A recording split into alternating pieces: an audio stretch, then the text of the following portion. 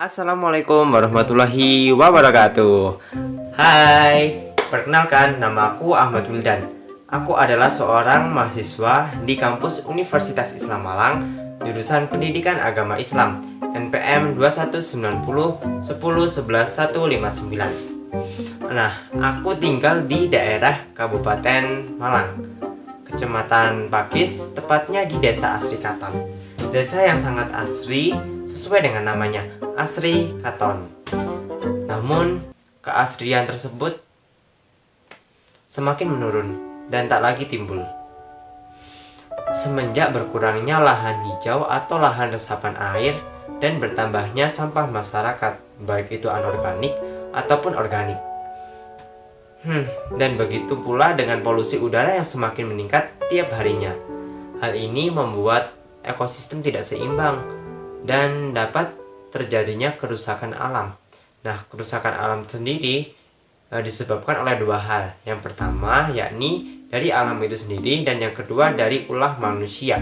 Karena manusia adalah makhluk hidup yang sangat berperan aktif dalam melakukan pelestarian lingkungan alam. Kerusakan alam yang ada di daerahku, terutama yang disebabkan oleh alam itu sendiri, dapat dicontohkan seperti gunung meletus, gempa bumi, angin puting beliung, dan lain-lain. Tapi kalau gunung meletus, setahu aku di daerah Pakis ini masih belum terkena dampaknya yang lebih parah ketimbang daerah-daerah yang dekat dengan Gunung Bromo ataupun Gunung Semeru. Karena di daerah Pakis ini mungkin dampaknya seperti hujan abu vulkanik ataupun yang lainnya. Tahun lalu itu ada angin puting beliung dan dampaknya sangat terasa sekali. Seperti halnya bangunan atau atap rumah itu rusak. Terus bagi petani, sawah-sawahnya itu banyak yang hancur ataupun rusak. Bahkan tahun kemarin itu ayahku sebagai petani, dia gagal panen. Karena apa? Karena sawahnya atau tanaman yang dia tanam itu rusak karena angin puting beliung. Dan banyak juga pohon yang bertumbangan.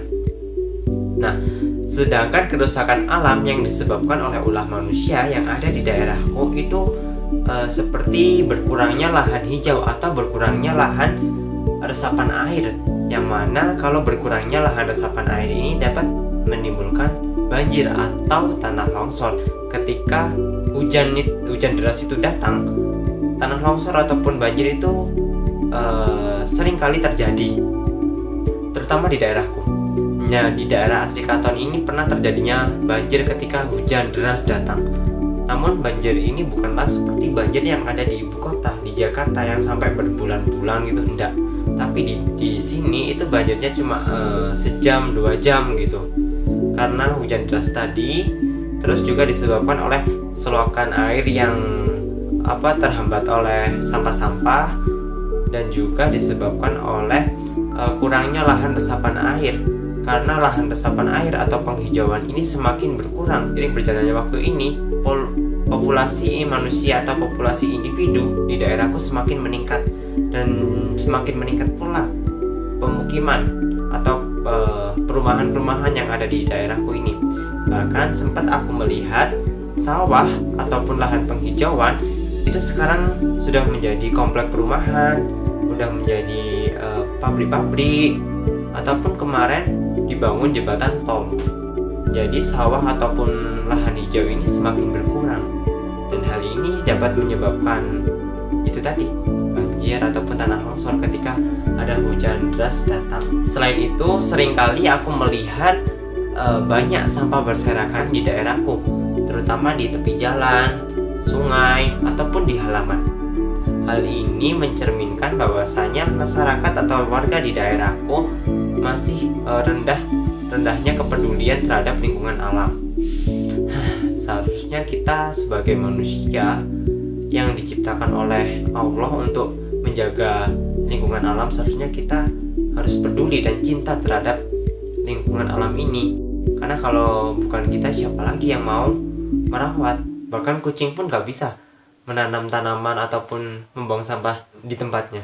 Ya, kita sebagai manusia yang memiliki akal, seharusnya kita yang melestarikan lingkungan alam ini. Selain banyaknya sampah yang berserakan, polusi udara di daerahku juga semakin meningkat. 3 tahun di SMP itu aku pernah merasakan dampak dari polusi udara. Karena waktu itu aku SMP di SMP Negeri 1 Bagres, itu dekat sekali dengan pabrik. Ada 2 pabrik yang menghasilkan limbah polusi udara.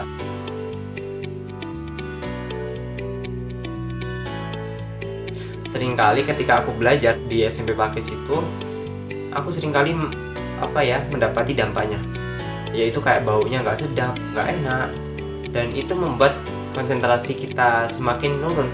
Ini udara di daerahku semakin tidak segar dan tidak bersih.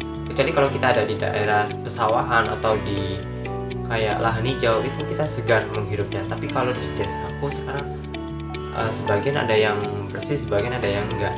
Ya karena kita nggak bisa melihatnya, mana udara yang bersih, mana udara yang kotor. Tapi kita bisa melihatnya dari asap udara yang seringkali keluar. Nah, ini juga dapat menyebabkan global warming atau pemanasan global, pemanasan bumi.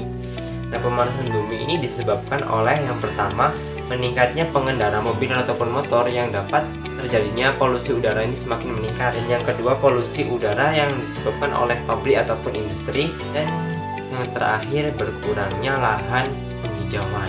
Kerusakan alam lainnya dapat juga kita lihat dari pencemaran air, yang mana sungai ataupun danau itu sekarang sudah tercemar oleh sampah-sampah yang berserakan. Meskipun di daerah saya menggunakan air dari PDAM, bukan berarti kami ataupun kita mengabaikan air sungai, karena air sungai pun juga bermanfaat bagi perairan yang ada di sawah ataupun kebun. Jadi, kita sebagai generasi muda Indonesia patut menerapkan 4M untuk lingkungan alam yang lebih baik.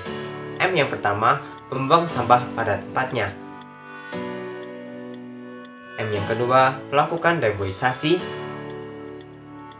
M yang ketiga, menggunakan transportasi ramah lingkungan. Jika kita pergi ke tempat yang lebih dekat, maka baiknya kita menggunakan sepeda pancal atau sepeda gowes, ataupun kita juga bisa berjalan kaki agar kita hemat bahan bakar gitu. Yang terakhir, M keempat ini, mensosialisasikan atau mengkampanyekan mengenai kerusakan alam agar masyarakat semua mengetahui bahwasanya alam ini sangat berperan aktif dalam kehidupan kita. Seperti halnya saya sekarang ini mensosialisasikan mengenai kerusakan alam. Sosialisasi juga dapat dilakukan seperti membuat poster, video edukasi, seminar, workshop, demonstrasi, dan lain sebagainya. Nah, itu saja penjelasan dari saya. Mohon maaf apabila ada kurang lebihnya. Wabillahi taufiq wal hidayah. Wassalamualaikum warahmatullahi wabarakatuh.